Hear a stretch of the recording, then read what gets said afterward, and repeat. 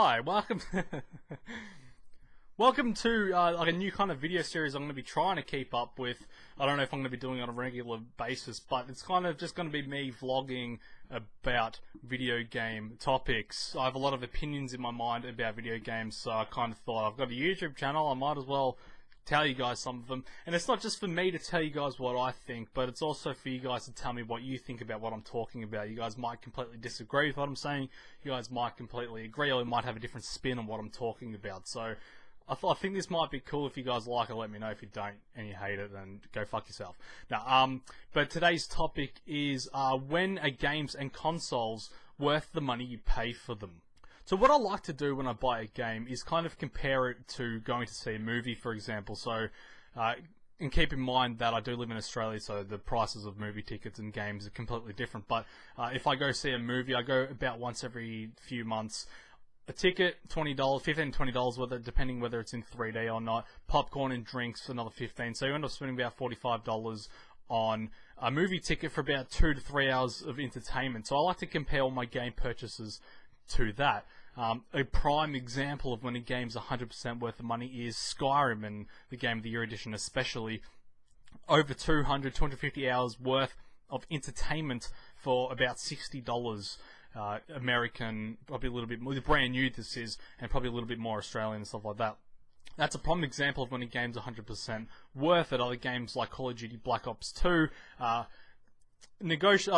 of, not negotiable, fucking wrong word. Games like Call of Duty Black Ops 2, for example, if you're a multiplayer person, 100% worth it. If you're a single player person, 100% not worth it, unless you love it, which, you know, was alright. But it goes deeper to that, because what made me actually even think about this topic was Far Cry 3 Blood Dragon, and that was a game that was, I think, 1,200 Microsoft points, and I played this game 100% and got all the achievements, and to get all the achievements was about 4 to 5 hours long, and that's not very long for $20. For example, Magic the Gathering, 800 Microsoft points, I spent quite a few days 100% of that game and getting all the achievements. This isn't an achievement topic, but Far Cry 3 Blood Dragon, to complete the story without the achievements, was about 3 hours. Now, what made me think about this was that, hold on, this game is short, but it is so funny, so entertaining. Was it worth it to me? I'm on the fence with that one. I don't know if Far Cry 3 Blood Dragon was worth it. So, you know, it's this topic, it's a difficult one. But other games like Dead Space 3, for example, I love Dead Space 1, I really enjoyed Dead Space 2. Dead Space 3, I got it for $60 in Australia on launch, which is a cheap price in Australia. And I didn't enjoy it, even though it took me about 10 hours, or maybe a little bit more to complete it. I barely enjoyed myself, and personally, that was not worth it at all. Another kind of level of this discussion is downloadable content. So not just like Tiny Tina's Keep or whatever in Borderlands 2, but map packs, for example. There's been some map packs in Call of Duty Black Ops 2, again, because this is what I'm playing at the moment, that I've absolutely loved. And the recent one I bought for 1,200 Microsoft points, because I didn't get the Season Pass, was Vengeance. And I absolutely don't enjoy that map pack. You got about 3 or 4 maps and a new zombie map, I think. Not worth it at all. It didn't really seem like they put too much effort into it. I'm sorry if you guys did, but I didn't really enjoy it like I enjoyed the other map packs, and it wasn't really worth it. Kind of what I mentioned before, Season Passes again. The reason I don't buy Season Passes, and they are good if you know you're going to play the game, is I bought Gears of War 3, played it for a while, bought the Season Pass, and then I put it down, I traded it in, never played it ever again. So from that moment I decided I'm never going to get the Season Pass of the game ever again, because you don't know if you're going to have that game, you don't know if you're even going to be alive, quite honest. So Borderlands 2, I waited for all the DLC to come out, I waited for it to go onto special down to 400 points each DLC pack. Bought them all. They go for a long time. They're hilarious. They're fun. Totally worth it.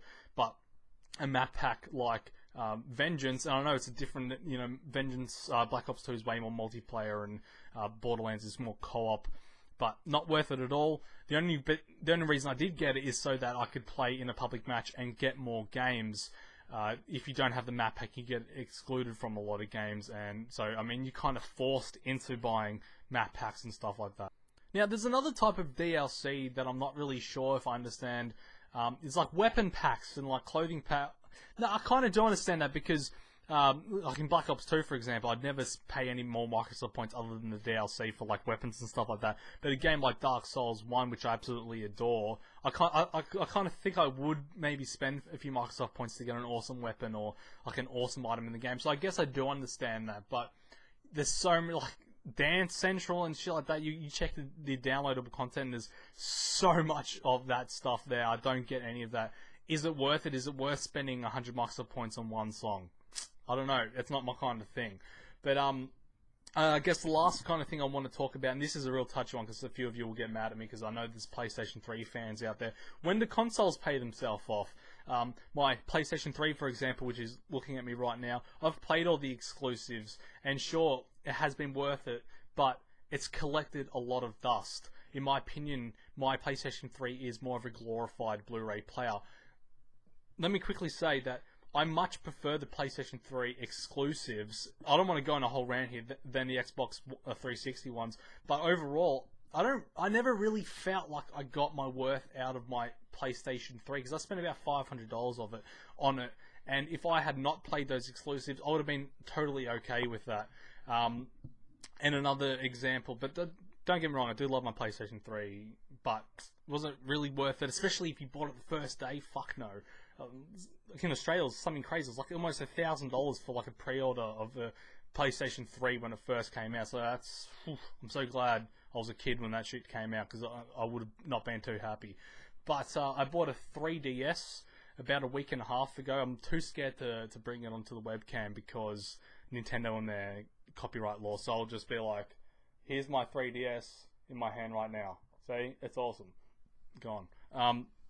I spent, again, this is Australian prices. I spent about $240 on the 3DS XL, plus another $60 on Pokemon Black 2. And in about a week and a half, I've put 22 hours into that console, into the game itself. Is it worth it yet?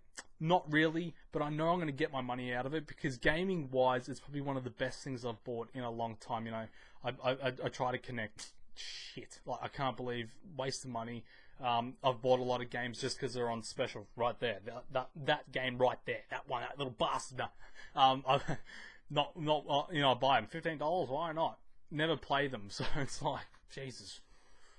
So yeah, I kind of want to know what you guys think about this topic. What kind of game purchases have you bought that you totally regret? I know one of my biggest ones would be Marvel Heroes, which came out a few weeks ago.